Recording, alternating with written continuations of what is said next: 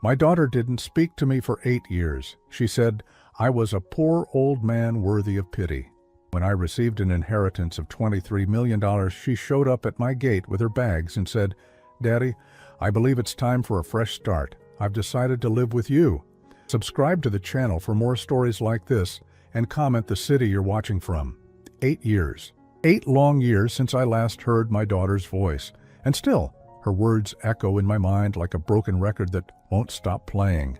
I'm Patrick, 57 years old now, and I've spent nearly a decade trying to forget the day my only child looked me straight in the eye and called me a pathetic poor old man. Lolly. It was a Tuesday afternoon in March when she asked me to meet her at that fancy restaurant downtown, the kind of place where a cup of coffee costs more than I used to spend on lunch for a week. I should have known something was wrong.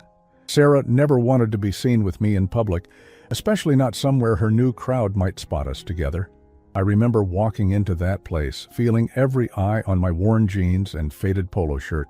The hostess gave me one of those looks, you know the kind, like I had wandered into the wrong building by mistake. But I had made it this far, so I straightened my shoulders and asked for Sarah's table. She was already there, sitting with him, Derek, the golden boy with the perfect smile and the designer suit that probably cost more than my monthly rent.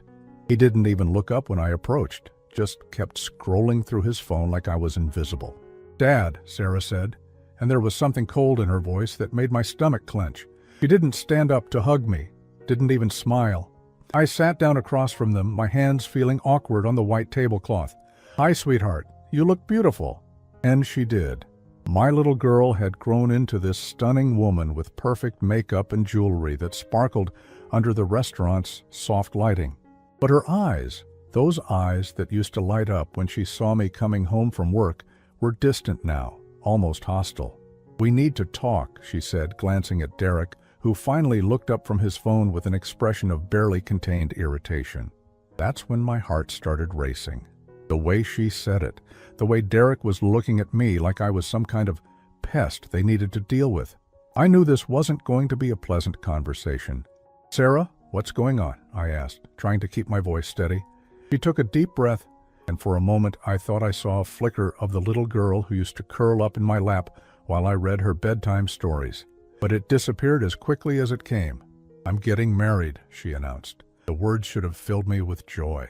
My daughter, the center of my world since her mother passed away when she was 12, was starting a new chapter of her life. But the way she said it, like she was delivering bad news, made my chest tight. "That's wonderful," I managed to say, looking between her and Derek. "Congratulations." Derek finally spoke up, his voice dripping with condescension. "Thank you, sir. Sarah and I have been discussing our future, and we've decided it's time to make some changes." Changes? I didn't like the sound of that word. Sarah fidgeted with her engagement ring, a massive diamond that caught the light every time she moved her hand. "Dad, Derek comes from a very prominent family. His father owns 3 companies, and they move in certain circles." I nodded, still not understanding where this was going. "That's great, honey. I'm happy for you both. The thing is," she continued, and now she wouldn't meet my eyes, "we're planning a very upscale wedding. Derek's family is flying in from Europe, and there will be a lot of important people there." My stomach dropped. I knew what was coming before she even said it. "I think it would be better if you didn't attend." The words hit me like a physical blow. I actually felt my body recoil, as if she had reached across the table and slapped me. The noise of the restaurant seemed to fade away, and all I could hear was the sound of my own heartbeat thundering in my ears. "What?" I whispered. Derek leaned forward, his smile sharp and cruel. "What Sarah is trying to say is that your presence might make some of our guests uncomfortable. It's nothing personal, you understand. It's just that you don't really fit the image we're going for." I looked at my daughter, waiting for her to tell him he was wrong, that of course her father would be at her wedding. But she just sat there, staring at the table. "Sarah," I said, my voice breaking, "please tell me you don't mean this." "Well?" She finally looked up, and what I saw in her eyes destroyed me. It wasn't anger or frustration. It was embarrassment. She was ashamed of me.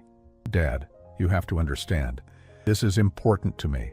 Derek's family has certain expectations, and I can't afford to disappoint them." "I'm your father," I said. and I heard the desperation in my own voice. I raised you. I worked 3 jobs after your mother died, just to make sure you could go to college. And I'm grateful for that, she said quickly. But that doesn't change the fact that you're just a maintenance worker living in a rundown apartment. Derek's friends wouldn't understand. The words hung in the air between us like poison. Derek was nodding approvingly, as if she had just given the correct answer to a test question. I felt something inside me break. Not just my heart, but something deeper. The part of me that believed in unconditional love, in family bonds that couldn't be severed by money or social status. So what are you saying? I asked, though I already knew. Sarah's voice was barely above a whisper. I'm saying that maybe it's time we stopped pretending that we belong in the same world. You're a nice man, Dad, but you're also a pathetic, poor old man who reminds me of everything I'm trying to leave behind. The silence that followed was deafening. I stared at this stranger sitting across from me, this woman who looked like my daughter, but spoke like someone I had never met. Derek was smirking now, enjoying the show. Sarah's told me all about her humble beginnings. It's quite an inspiring story, really. Rising above her circumstances to become the sophisticated woman she is today. I stood up slowly, my legs feeling unsteady beneath me. Every person in that restaurant seemed to be watching us now, though that might have just been my imagination. I see, I said, surprised by how calm my voice sounded. Well then, I guess there's nothing left to say. Sarah looked up at me then, and for just a second, I thought I saw regret flicker across her face. But then, Derek reached over and took her hand, and whatever moment of doubt she might have had disappeared. Dad, it's better this way. You'll see. I nodded, not trusting myself to speak. I reached into my wallet and pulled out a $20 bill, the only cash I had with me, and placed it on the table. For the coffee, I said. Then I walked out of that restaurant and out of my daughter's life, not knowing that it would be 8 years before I saw her again. The first year was the hardest. I kept thinking she would call, that maybe after the wedding, excitement died down. She would remember that she still had a father who loved her. I bought a birthday card in September, the kind with flowers on the front that she used to like when she was little. I wrote a simple message inside. Happy 26th birthday, sweetheart. I love you and I'm proud of you. Dad. I mailed it to the address I had for her old apartment, hoping it would get forwarded to wherever she was living with Derek now. It came back 2 weeks later with a return to sender stamp, no forwarding address. I tried calling the number I had for her, but it went straight to a message saying the number was no longer in service. That's when I realized she had changed everything, her address, her phone number, probably even her last name by now. She had erased me from her life completely. The second year, I hired a private investigator. I know that sounds desperate, but I needed to know that she was okay. I needed to know that my daughter was safe and happy, even if she didn't want me in her life anymore. The investigator found her living in a gated community about 2 hours away, in a house that probably cost more than I would make in a lifetime. He showed me pictures. Sarah looked beautiful, walking out of some upscale boutique with shopping bags in her hands. Derek was beside her, looking every inch the successful businessman in his expensive suits. They looked like they belonged in a magazine, the perfect couple living the perfect life. I stopped hiring the investigator after that. Seeing those pictures hurt too much. By the third year, I had started following her on social media. I know I shouldn't have, but I couldn't help myself. She posted under her married name now, Sarah Whitmore, and her life looked like something out of a fairy tale. Vacation photos from Paris and Italy. Pictures of her at charity galas wearing gowns that sparkled under ballroom lights. Snapshots of expensive dinners at restaurants I could never afford to enter. She'd never mentioned having a father, never posted any throwback photos from her childhood or talked about where she came from. It was like Patrick Morrison had never existed, like she had sprung into the world fully formed as Derek Whitmore's sophisticated wife. I found myself checking her pages obsessively, scrolling through months of posts, looking for any sign that she might miss me. But there was nothing, just an endless parade of luxury and privilege, a life carefully curated to show the world how far she had risen. The fourth year brought news of their move to an even bigger house. Sarah posted pictures of the housewarming party, and I recognized some faces from the society pages of the local newspaper. Politicians, business leaders, people whose names carried weight in the city. My daughter was now part of that world, and I understood why she thought there was no place for someone like me in it. I started having dreams about her during the fifth year. Not good dreams, but not exactly nightmares either. Dreams where I would run into her at the grocery store or the gas station, and she would look right through me like I was a stranger. Dreams where I tried to call out to her, but no sound would come from my mouth. I would wake up feeling hollow inside, like someone had scooped out my chest with a spoon. It was around that time that I stopped checking her social media. I realized that watching her life from the sidelines was only making the pain worse. She had made her choice, and I needed to find a way to live with it. The sixth year was when I finally started seeing Dr. Matthews, a therapist who specialized in family trauma. I had always been the type of man who believed you handled your problems on your own, but the loneliness was eating me alive. I needed help, and I wasn't too proud to ask for it anymore. Dr. Matthews helped me understand that grief comes in many forms, that you can mourn the loss of someone who is still alive. We talked about how Sarah's rejection wasn't really about me at all, but about her own insecurities and her need to distance herself from anything that reminded her of a life she viewed as inferior. "She's not the little girl you raised anymore," Dr. Matthews told me during one session. "The woman she's become has made choices that hurt you deeply, but holding on to anger will only poison your own well-being." I tried to take his advice to heart, but forgiveness felt impossible when the wound was still so fresh. The seventh year brought changes to my own life. I finally retired from my job at the apartment complex where I had worked as a maintenance supervisor for 23 years. My arthritis was getting worse, and climbing ladders wasn't getting any easier. The residents threw me a small retirement party, and Mrs. Chen from apartment 12B made a speech about how I had always been there when they needed help. Standing there in that community room surrounded by people who genuinely cared about me, I realized that I did have a family of sorts. It wasn't the family I had dreamed of, but it was real, and it was mine. I started volunteering at the local food bank, helping to sort donations and serve meals to people who were struggling. There was something healing about being useful again, about knowing that my work mattered to someone.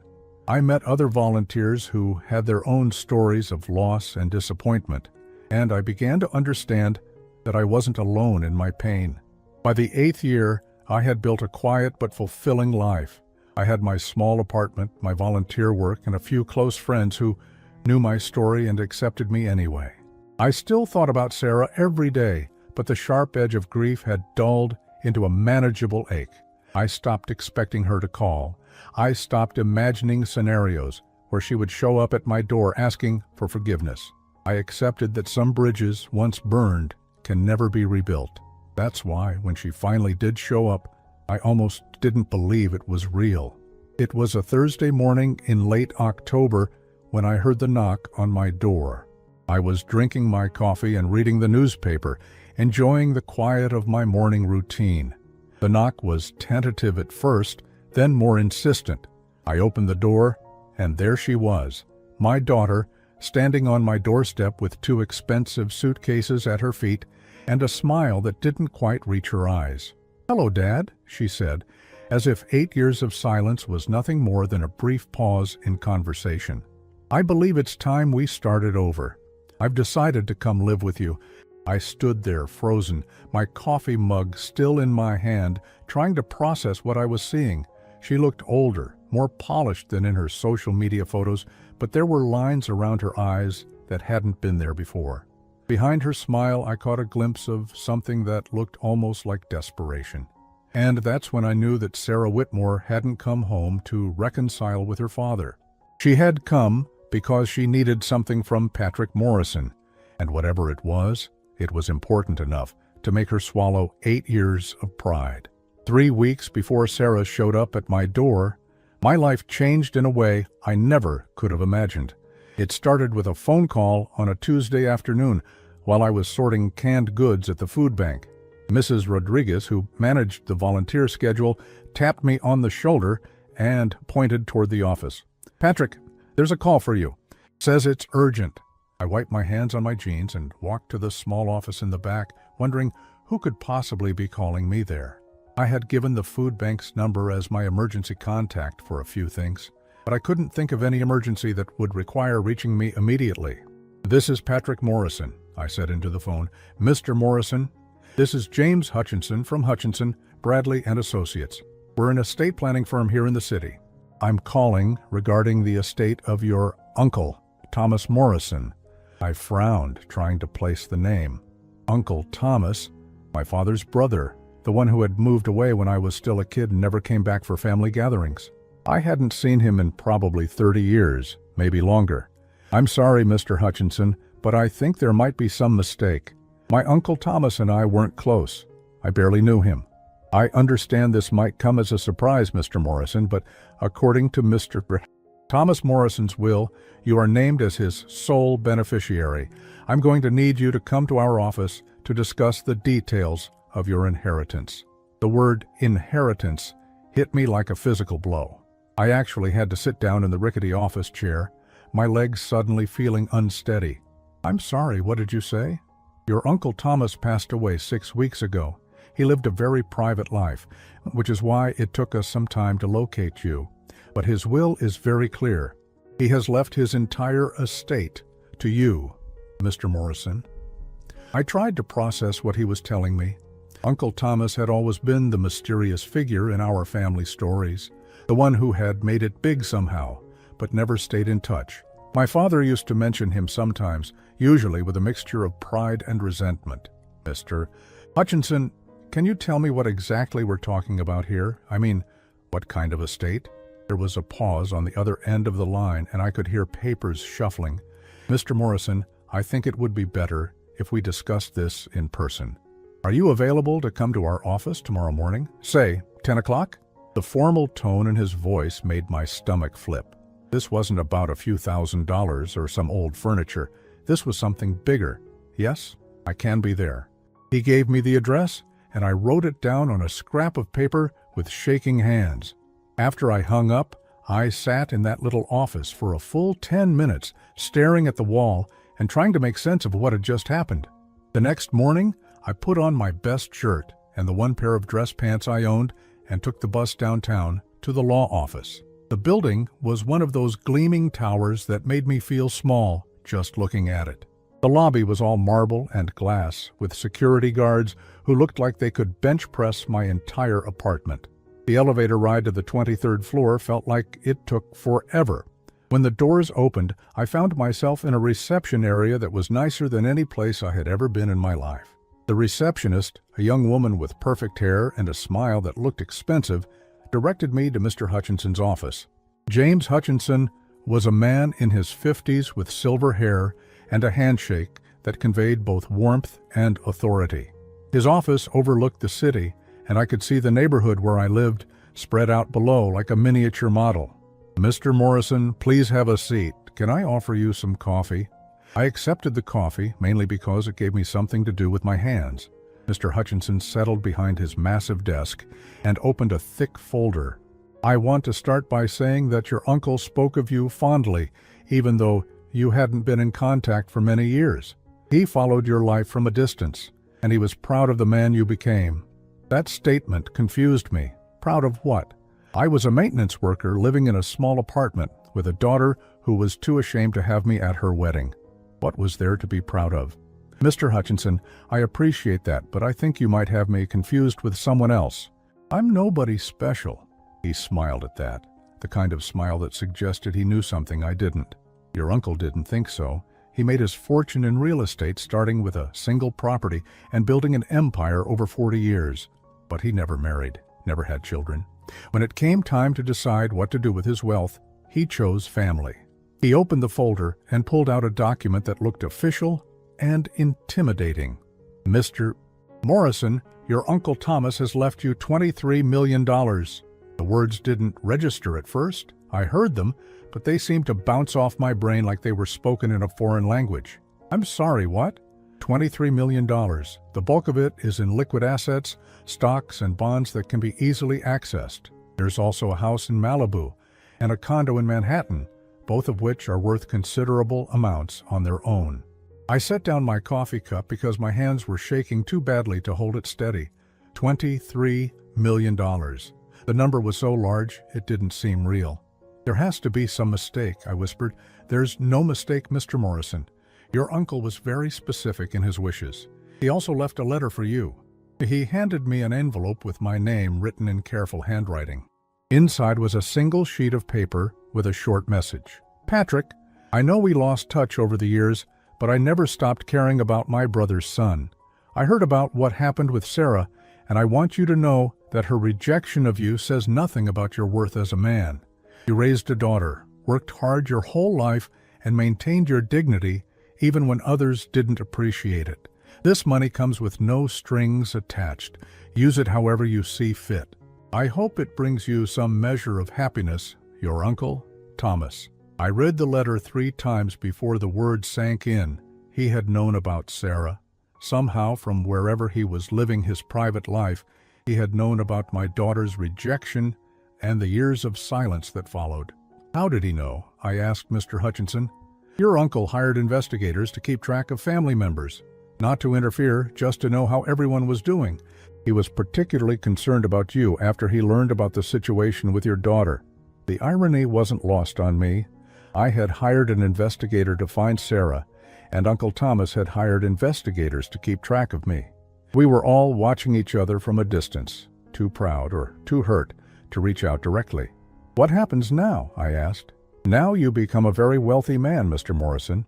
There are some papers to sign, some tax implications to discuss, but the money is yours.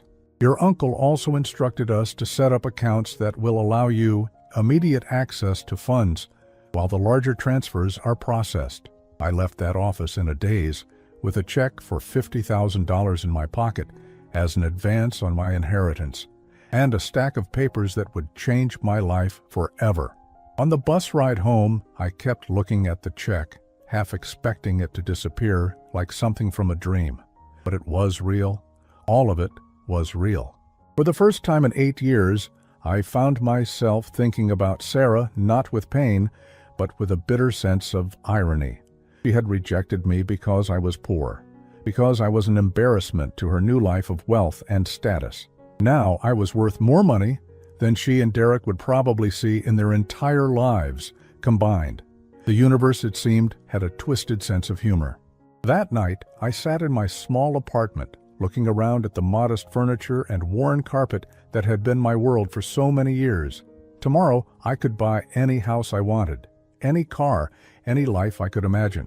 But all I could think about was how none of it would have mattered 8 years ago. All I had wanted then was for my daughter to love me enough to want me at her wedding. Now, I had 23 million reasons why that would never be enough. Standing there on my doorstep with her designer luggage and practiced smile, Sarah looked like she had stepped out of one of those magazines she probably read while getting her nails done. Everything about her screamed money, from the cut of her clothes to the way she held herself. But there was something else too, something I couldn't quite put my finger at first. Desperation. "Dad," she said again, and the word sounded strange coming from her lips after so many years of silence. "Aren't you going to invite me in?" I stepped aside wordlessly, watching, as she dragged her expensive suitcases into my small living room. She looked around with barely concealed distaste, her eyes taking in the second-hand furniture and the worn carpet. Nothing had changed much since she was a child, and I could see her remembering why she had been so eager to escape this place. "It's exactly the same," she said, and I couldn't tell if she meant it as an observation or a criticism. "I haven't had much reason to redecorate," I replied, closing the door behind her. She turned to face me then, and I got my first good look at my daughter after 8 years. She was 34 now, still beautiful, but there were lines around her eyes that makeup couldn't quite hide. Her smile was too bright, too rehearsed, like she had practiced it in the mirror before coming here. "Dad, I know this must be a shock," she began, settling herself on my old couch like she owned the place. "I know it's been a long time since we talked." 8 years, I said quietly. Yes, well, that's actually what I wanted to discuss with you. I've been doing a lot of thinking lately, and I realize that I may have been too hasty in my decision to distance myself from family. Too hasty. As if cutting me out of her life had been like choosing the wrong restaurant for dinner. Have you? I asked, settling into my recliner across from her. Oh yes, absolutely. Derek and I have been talking, and we both agree that family is so important. Life is short, you know. We shouldn't waste time holding grudges over silly misunderstandings. Silly misunderstandings? That's what she was calling it now. Sarah, I said carefully, you didn't talk to me for 8 years. You changed your number, moved without leaving a forwarding address, and returned my birthday cards unopened. That seems like more than a misunderstanding. Her smile flickered for just a moment, but she recovered quickly. I know it seems that way, but you have to understand, I was young and confused. Derek's family had all these expectations, and I felt caught in the middle. I thought it would be easier for everyone if I just stepped away for a while. A while turned into 8 years. I know, and I regret that. I really do. But I'm here now, aren't I? I'm ready to make things right. I studied her face, looking for any sign of genuine remorse, any indication that she truly understood the pain she had caused. But all I saw was that same practiced smile and eyes that wouldn't quite meet mine. What about Derek? I asked. I thought he didn't approve of your humble beginnings. Oh, Derek's changed completely, she said quickly. He's grown so much as a person. In fact, he was the one who encouraged me to reach out to you. He feels terrible about how things went in the past. That was interesting. The Derek I remembered from our last meeting didn't seem like the type to encourage anything that didn't benefit him directly. And what about your life with him, your marriage, your house in the gated community? For the first time since she had arrived, Sarah's composure cracked slightly. Her smile faltered, and she looked down at her hands. Well, that's actually part of why I'm here. Derek and I are going through a rough patch right now. We've decided to take some time apart to figure things out. There it was. The truth, or at least part of it, finally making an appearance. I'm sorry to hear that, I said, and I was surprised to find that I actually meant it. Despite everything, I didn't want my daughter to be unhappy. It's probably for the best, she continued, seeming to gain confidence now that she had shared this information. I've realized that I lost sight of what really matters. Money and status aren't everything. Family is what's important. She reached into her purse and pulled out her phone, swiping through photos before handing it to me. Look, these are pictures from Derek's last business trip to Europe. We spent 3 weeks touring vineyards in France. It was beautiful, but the whole time I kept thinking about how much more meaningful it would have been to share experiences like that with people who really love you. Ross. I looked at the photos, image after image of Sarah and Derek at expensive restaurants, in luxury hotels, standing in front of famous landmarks. They looked happy in the pictures, but something about Derek's smile seemed forced, like he was performing for the camera. They're lovely photos, I said, handing the phone back to her. The thing is, Dad, I've come to realize that I want to rebuild our relationship. I want us to be a real family again. And I thought, what better way to start than by coming to stay with you for a while? We could spend time together, get to know each other again. I leaned back in my chair, processing what she was telling me. After 8 years of complete silence, she wanted to move in with me and play house. It was almost too convenient. Sarah, I appreciate that you want to reconnect, but this is a very small apartment. I'm not sure it would be comfortable for you here. Oh, Dad, I don't care about comfort. I just want to be close to my family again. Besides, it would only be temporary, just until I figure out what I want to do next. She was good. I had to give her that. Every word was calculated to tug at my heartstrings, to make me feel like the loving father who should welcome his daughter home with open arms. But I wasn't the same man she had left 8 years ago. That man would have been so grateful for this opportunity that he wouldn't have asked questions. This man had learned to be more careful with his heart. What about your things? Your life back home? Most of my important things are in those suitcases, she said, gesturing toward the designer luggage by the door. As for the rest, well, material possessions aren't as important as I used to think they were. That was certainly a change from the woman who had once told me I was too poor to attend her wedding. "Sarah, can I ask you something?" "Of course." "How did you find me? You changed your number, moved away, cut off all contact. How did you know I was still living here?" For just a moment, panic flashed across her face. Then that practiced smile returned. "Oh, I hired someone to find you. It wasn't that difficult, really. I should have done it years ago." She hired someone, just like I had hired someone to find her, just like Uncle Thomas had hired someone to keep track of me. We were all watching each other from the shadows, too proud to reach out directly until desperation forced our hands. "I see," I said. "So what do you say, Dad? Can I stay here with you? Can we try to be a family again?" I looked at my daughter, this beautiful woman who had broken my heart so completely 8 years ago, and I felt something I hadn't expected. Not joy at her return, not relief, that she wanted me back in her life.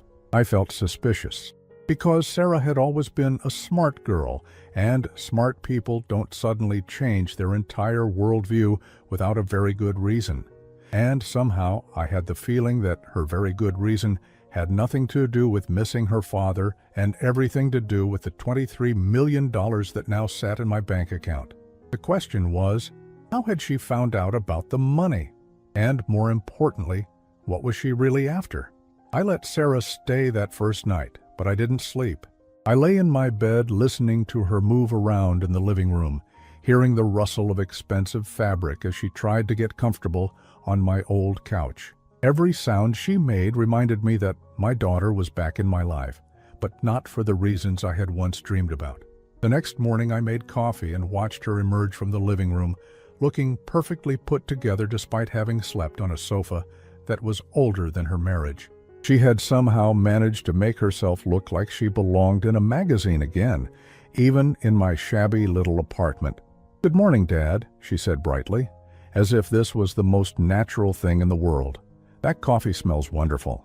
I poured her a cup and watched as she looked around for cream and sugar. When she couldn't find any, she drank it black without complaint, though I could see from her expression that she wasn't used to my cheap grocery store coffee. "Sarah," I said, settling across from her at my small kitchen table, "we need to talk." "Of course. I was hoping we could spend the day catching up. I want to hear all about what you've been doing these past 8 years. I've been living the same life I was living when you decided I was too embarrassing to have at your wedding. Working as a maintenance supervisor, volunteering at the food bank, trying to figure out how to fill the hole you left when you walked out of my life." She flinched at the directness of my words, but recovered quickly. "Dad, I know I hurt you, and I'm sorry, but that's all in the past now. What matters is that we're here together, and we can move forward." "Is it in the past, Sarah? Because I remember you telling me very clearly that I was a pathetic poor old man who reminded you of everything you were trying to leave behind. You remember saying that?" Her face went pale, and for a moment the mask slipped. I saw genuine shame flicker across her features before she composed herself again. "I was young and stupid. I said things I didn't mean because I was scared and confused. You were 26 years old, Sarah. That's not young. That's old enough to know that words have consequences." She set down her coffee cup with shaking hands. "What do you want me to say? That I was wrong? Fine, I was wrong. I was selfish and cruel, and I hurt the one person who had always been there for me. Is that what you want to hear?" "What I want to hear is the truth. What I want to know is why you're really here. I told you why I'm here. I want to rebuild our relationship. After 8 years of complete silence, after returning my birthday cards unopened, after changing your number so I couldn't even call to make sure you were okay, now, suddenly, you want to be Daddy's little girl again. People change, Dad. I've grown up. I've learned what's really important." I leaned back in my chair, studying her face. She was good at this, I had to admit. If I didn't know better, I might actually believe her. "Tell me about Derek," I said. "What about him? You said you were having problems. What kind of problems?" She hesitated, and I could see her calculating how much truth to reveal. "We grew apart. He became very focused on his work, and I felt like I was just another one of his possessions. Something pretty to display at his business functions. That must have been difficult for you." It was. I realized that I had traded one kind of emptiness for another. I thought money and status would make me happy, but they don't. Not when you don't have real love in your life. Real love, I repeated. Like the real love you threw away 8 years ago. Yes, she whispered. Exactly like that. I got up and poured myself another cup of coffee, taking my time, letting the silence stretch between us. When I sat back down, I looked directly into her eyes. Sarah, how did you find out about the money? The question hit her like a physical blow.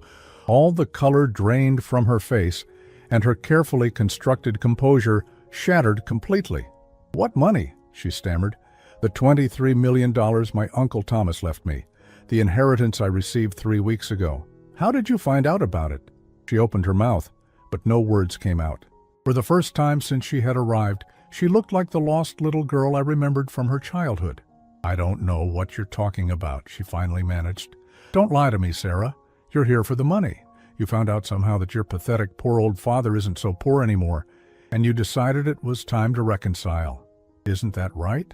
Tears started streaming down her face, but I couldn't tell if they were real or just another performance. That's not true, she sobbed. I came here because I missed you. Really? Because the timing is awfully coincidental. 8 years of silence, and then 3 weeks after I inherit millions of dollars, you show up on my doorstep wanting to be a family again. You don't understand, she said, wiping at her eyes. My life is falling apart.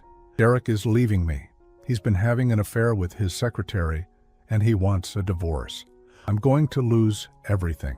Now we were getting to the truth. So you decided to come running back to Daddy? I had nowhere else to go, she whispered. Derek has all the money, all the lawyers. I signed a prenup that leaves me with almost nothing. I'm going to be homeless. And you thought dear old Dad would take care of you, just like he always did. I know I don't deserve it, she said, her voice breaking. I know I was horrible to you, but I'm your daughter. Doesn't that count for something?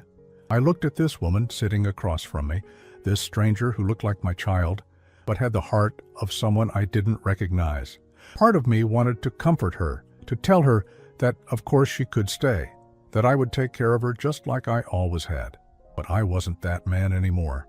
Sarah, let me ask you something. If I hadn't inherited this money, if I was still just the poor maintenance worker you were ashamed of, would you be here right now? She didn't answer, but she didn't need to. We both knew the truth. I thought so, I said quietly. Dad, please, she begged. I know I made mistakes, but I'm trying to make them right. I want to be the daughter you deserve. No, Sarah. You want to be the daughter who inherits $23 million. There's a difference. I stood up and walked to the window, looking out at the street where I had lived for so many years. The same street she had driven away from 8 years ago without looking back. You know what the saddest part is? I said without turning around. If you had come to me 8 years ago and said you needed help, I would have given you everything I had. If you had called me even once during your marriage to say you missed me, I would have forgiven you instantly. If you had shown up here before I inherited this money and said you were sorry, I would have welcomed you home with open arms. I'm saying that now, she whispered. No, you're not.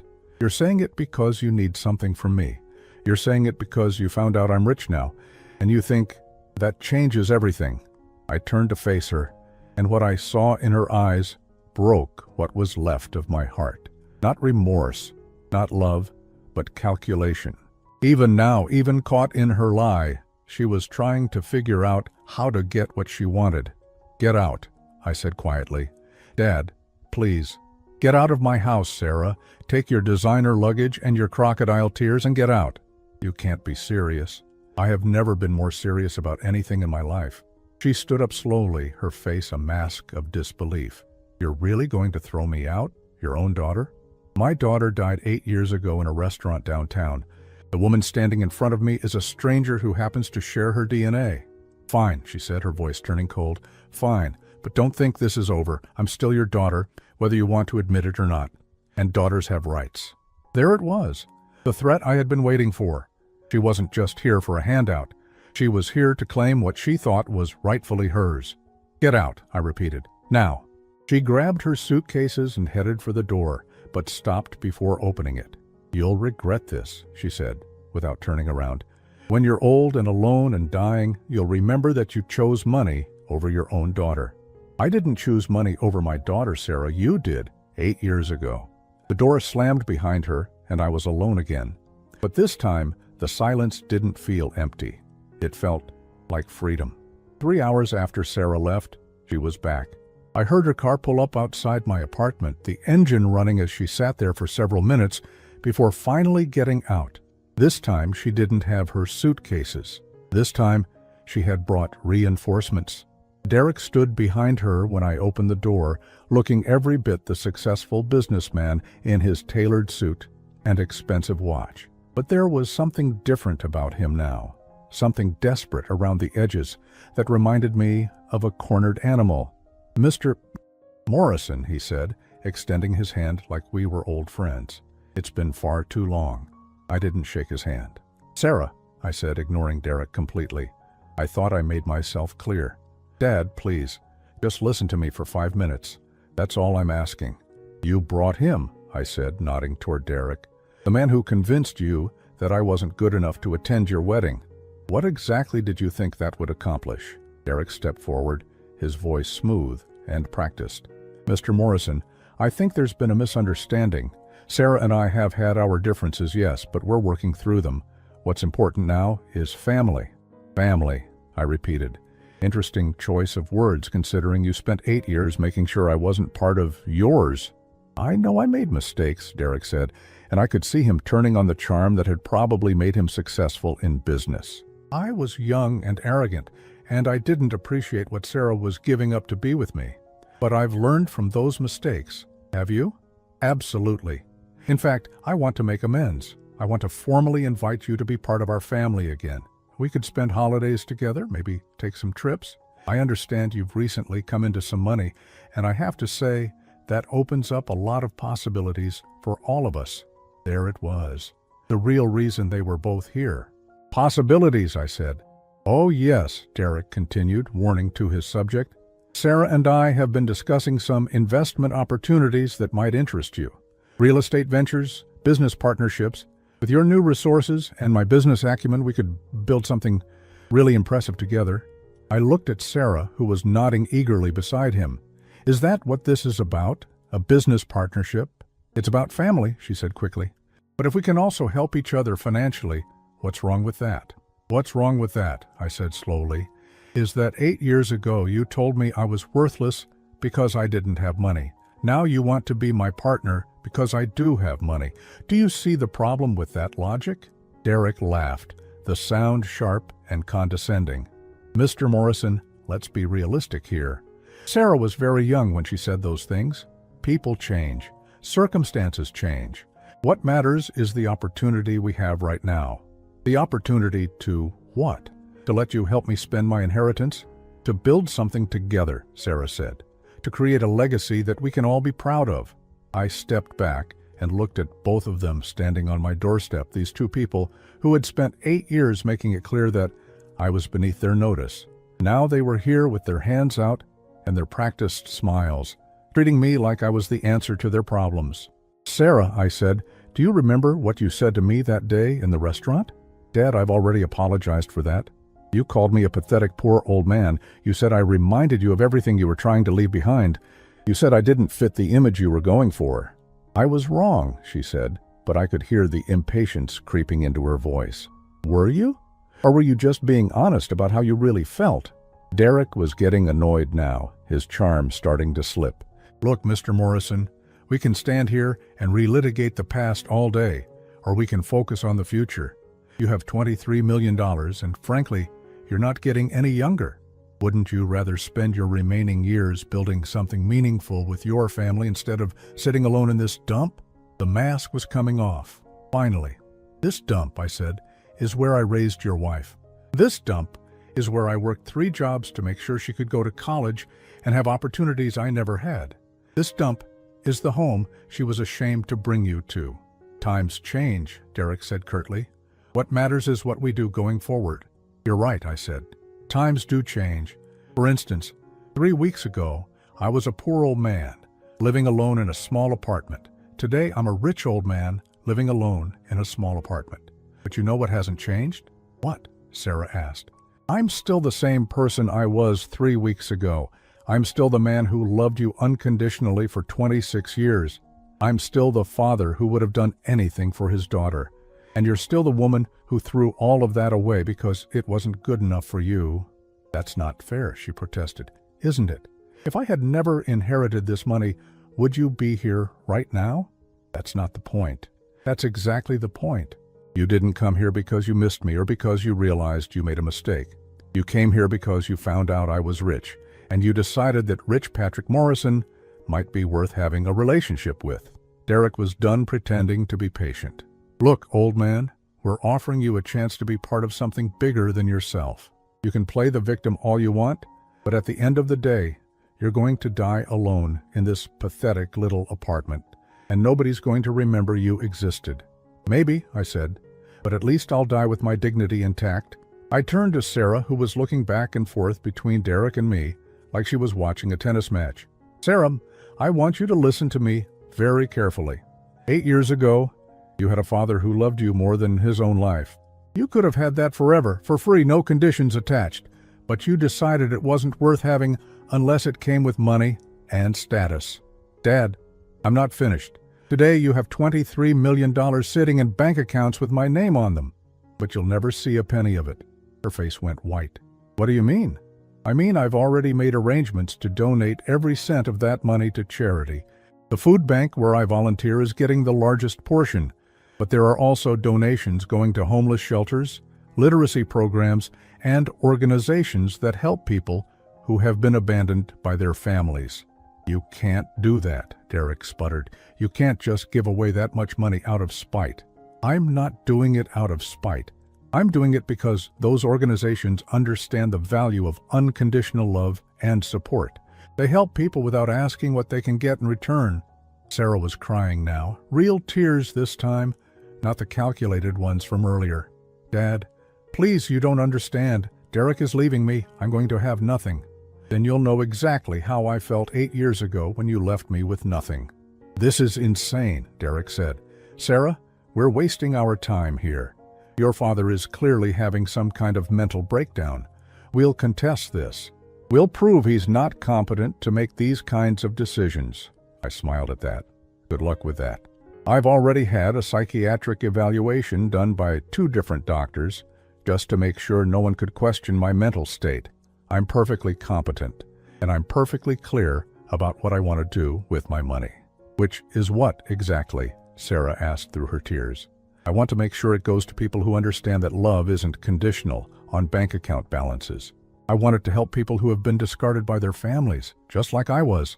I want it to make a difference in the lives of people who need help, not people who just want to get rich quick. Derek grabbed Sarah's arm. Come on, we're done here. This old fool just threw away $23 million because his feelings got hurt. But I wasn't done yet. Derek, I called out as they turned to leave. One more thing. He turned back, his face twisted with anger. 8 years ago, you convinced my daughter that I wasn't good enough to be part of your family. You were right. I wasn't good enough to be part of a family that measures worth by the size of someone's bank account. I was too good for that. They left without another word, Derek practically dragging Sarah to their car. I watched from my window as they sat in the driveway arguing, their voices raised and their gestures angry. Finally, Derek drove away, leaving Sarah standing alone on the sidewalk. For a moment, I thought she might come back to the door. For a moment, I wondered if this might be the time when she finally understood what she had lost. But then she pulled out her phone, called someone to pick her up, and disappeared from my life for what I knew would be the final time. I sat back down in my old recliner and picked up the newspaper, but I wasn't really reading it. I was thinking about Uncle Thomas and his letter, about how he had understood that my worth as a man had nothing to do with my bank account. I was thinking about the people at the food bank who had become my real family over the past few years, who valued my work and my friendship without asking what I could give them in return. I was thinking about all the good that $23 million could do in the right hands, how many people it could help, how many lives it could change. And for the first time in 8 years, I felt truly at peace. My daughter had come back to me, just like I had always dreamed she would. But she hadn't come back for love. She had come back for money. And in the end, that told me everything I needed to know about the woman she had become. and everything I needed to know about the choice I had made. The money was gone, but my dignity was intact, and that I realized was worth more than all the millions in the world.